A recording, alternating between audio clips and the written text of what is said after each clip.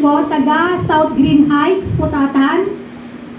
Nagtatrabaho sa City Hall, personal info. Kapag pinagsama-sama nyo yan, ma-identify nyo ba na si Marnelly Ramos yon?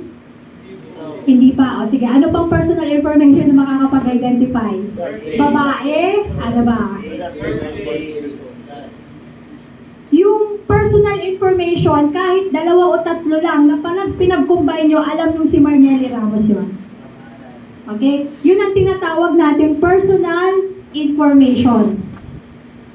Kapag pinag-combine nyo yung mga iba-ibang data tungkol sa kanya, makakapag-identify kayo na siya talaga yung tao. Personal information ang tawag natin doon. Okay? Eh, paano pagpalayaw?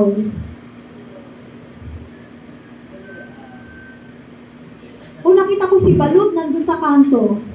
Na-invade na ba ang personal information niya? Eh, malay ko ba sino si Balut? Di ba? Ano ba yung pagkadinig ka? So, ang palayaw po ba personal information? Hindi, kasi maraming tinatawag nating balot, di ba? Okay, kaya kami, minsan kapag nagchichismisan, kunwari mga friends ko, gumagawa kami ng code. Si Tini Winnie, gano'n. Malay ba nila kung sino yung pinag-uusapan namin? Kasi malamang, may katabi kami, kilala pala yung pinag-uusapan namin, dinasumbong kami. So, ang ginagawa namin, nambibinyag po kami. Nambibinyag po kami ng mga pag-uusapan. Okay, may idea na kayo para hindi kayo isumbong. Marites na naman yan. Kayo. Okay? Mamarites na naman. Si Pogi, ayan ba? Si Boy Cute. Okay. Si Boy Uno. Si Boy Uno. Saan? By cute.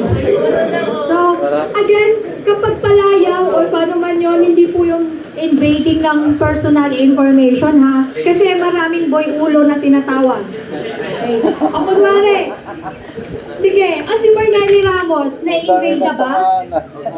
Na-invade na ba? Pag sinabi ko na si Marnelly Ramos yun, na-invade na ba? Identified na ba si Marnelly Ramos yon? Hindi pa, kasi pwedeng may kapangalan pa siya na hindi naman siya yung tinutukoy nyo. Si Marnelly Ramos din, oo, yun yung nakatira sa South Green Heights. Empleyado nga yun ng City Hall. Na-invade na ba? Kasi nga identified na si Marnelly Ramos yun. Dahil sinabi mo yung address, sinabi mo pang nagtatrabaho sa City Hall, ayun na, invaded na yung privacy niya. Pero kapag pangalan lang, hindi. Okay, again, makikita nyo sa Facebook page ng CareCard, nagpo-post kami ng